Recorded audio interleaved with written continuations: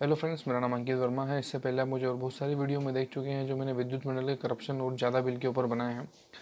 आज की वीडियो में आरटीआई के ऊपर बनाने वाला हूं। आरटीआई मतलब राइट टू इन्फॉर्मेशन, सूचना का अधिकार।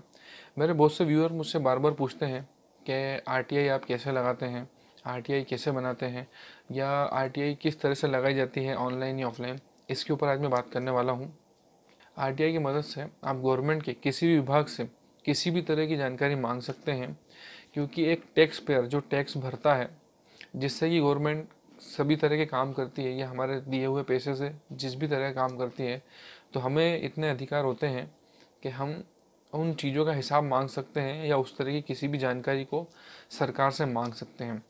और आरटीआई जो होती है एक आम आदमी के लिए एक बहुत ही शक्तिशाली एक अधिकार है, जिसके थ्रू आप किसी भी तरह के जानकारी गवर्नमेंट से मांग सकते हो, जिसमें कि किसी तरह कोई भ्रष्टाचार या किसी भी चीज़ को आप पकड़ सकते हैं।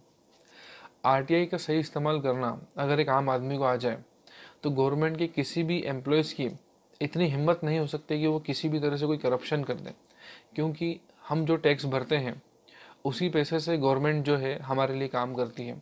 तो हमें पूरा अधिकार है कि हम उससे किसी भी तरह की जानकारी मांग सकते हैं, क्योंकि वो हमारे दिए हुए पैसे से ही काम होता है। आज मैं आपको ऐसा तरीका बताऊंगा जिससे आप मात्र 5 मिनट के अंदर अपनी आरटीआई बना लेंगे। आरटीआई कुछ नहीं होता है, एक नॉर्मल सा फॉर्म होता है, एक नॉर्मल सा फॉर्मेट होता है, इस जिसके अंदर सबसे ऊपर लिखा होता है सूचना का अधिकार अधिनियम 2005 धारा 6 के अंतर्गत। आरटीआई वैसे तो एक बहुत बड़ा सब्जेक्ट है, इसकी बहुत सारी धारा होती हैं, बहुत से रूल्स एंड रेगुलेशंस होते हैं, लेकिन आज इस वीडियो में मैं आपको बहुत सिंपल तरीका बताऊंगा जिससे मात्र 5 मिनट के अंदर आरटीआई बना करके आप लगा सकते हैं, जिसमें संबंधित विभाग में, मतलब जहां भी आप आरटीआई लगाएंगे, जैसे विद्युत मंडल में, बैंक में, नगर निगम में या गवर्नमेंट के किसी भी डिपार्टमेंट में, 30 दिनों के अंदर आपको उन्हें जवाब देना होगा। ये एक सिंपल सा फॉर्मेट है। मैं इसको मेरी वेबसाइट ankitvarma.net पे अपलोड करूँगा। आप चाहे तो उसे वहाँ से भी डाउनलोड कर सकते हैं, या आप खुद टाइप कर सकते हैं, या अपने हाथों से भी लिख सकते हैं। कि नॉर्मल सा इसका फॉर्मेट होता है, जिसमें सबसे ऊपर ये लिखा होता है सूचना का अधिकार अधिनियम 2005 धारा 6। जैसा कि मैंने बताया, इसमें और भी धाराएँ होती हैं, पर अभी फ़िलहाल में मैं इसके ऊपर बात करूँगा क्योंकि ये सबसे सिंपल होती है और जब बहुत आसानी से इसे बना सकते हैं। बाकी इसके ऊपर जितने भी और धाराएँ हैं, जो चीज़ें हैं, उसके ऊपर मैं बाद में एक अलग से वीडियो बना दूँगा। और इसमें फिर मैं आगे बात करता हूँ कि यहाँ पर आपकी नॉर्मल सी डिटेल होती है, जो आपका एड्रेस वगैरह, नंबर, फ़ोन नंबर वगैरह। उसके बाद में यहाँ पर डिपार्टमेंट का नाम होता है, जिस भी डिपार्टमेंट में आप जिस भी डिपार्टमेंट से आप जानकारी चाहते हैं, मतलब आरटीआई जहाँ लगाना चाहते हैं। उसके बाद में नीचे यहाँ 3 लाइनें जो खाली होती हैं, जिसके अंदर कि आपको वो जो जानकारी आप चाहते हैं वो यहाँ पर आपको मेंशन करना होती है। अगर आपकी जानकारी ज़्यादा है, मतलब जैसे कि 2-3 लाइन से ज़्यादा है, तो आप एक अलग से पेज इसमें लगा सकते हैं, जैसा हमने लगाया हुआ है ये पीछे। उतने पॉइंट आप इसमें लिख सकते हैं, और यहाँ पर आप लिख सकते हैं कि मांगी गई जानकारी की प्रति संलग्न, है ना। तो इससे आप जो है जानकारी अगर ज़्यादा मांगना चाहते हैं, तो वह पीछे लगा करके यहाँ पर आप मेंशन कर दीजिए कि हम जो भी जानकारी मांगना चाहते हैं उसकी प्रति पीछे संलग्न की हुई है। उसके बाद जो यहाँ पर आता है कि हमें आरटीआई लगाने के लिए 10 रुपये की फ़ीस देना होती है। अगर आप ऑनलाइन लगाते हैं तो डेबिट कार्ड, क्रेडिट कार्ड या किसी भी वैलेट से आप उसका पेमेंट कर सकते हैं, लेकिन अगर आप ऑफलाइन लगाते हैं तो उसके लिए आपके पास 2 ऑप्शन होते हैं। या तो आप ऐसे 10 रुपये का स्टाम्प पेपर उसके पीछे लगा सकते हैं, या फिर जो है डाकघर से, मतलब इंडियन जो पोस्टल ऑर्डर होता है ये डाकघर से आप प्राप्त कर सकते हैं। 10 रुपये का आता है जो, तो इसे पीछे लगाना होता है। अगर आप गरीबी रेखा के अंतर्गत आते हैं या बीपीएल कार्ड धारक हैं, तो आपको यहाँ पर आपको वो 10 रुपये भी नहीं देना है, बस उसकी एक फ़ोटोकॉपी लगाना है और अपने बीपीएल कार्ड का नंबर जो है यहाँ मेंशन करना है।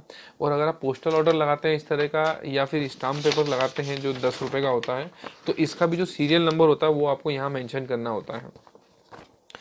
बस इसके बाद में जो है, आप जिस भी विभाग से आप जानकारी चाहते हैं वहाँ पर इसे लेकर के जाइए और इसकी एक फ़ोटोकॉपी करके लेके जाइएगा, क्योंकि आपको रिसीविंग लेना होगी उसके ऊपर। क्योंकि जब भी हम आरटीआई लगाते हैं तो संबंधित विभाग के पास 30 दिन का समय होता है हमें जानकारी देने के लिए। तो उसके लिए आप एक कॉपी ज़रूर लेके जाएँ, जिसकी आप रिसीविंग लेकर के आएंगे। अच्छा, इसमें एक बात ध्यान रखने वाली ये है कि आपको वही जानकारी मांगना है जो संबंधित विभाग आपको दे सकता है। इसमें आप कोई भी मन घड़त वो नहीं, जानकारी नहीं मांग सकते हैं, या किसी अधिकारी से रिलेटेड पर्सनल आप कुछ नहीं पूछ सकते हैं इसके अंदर।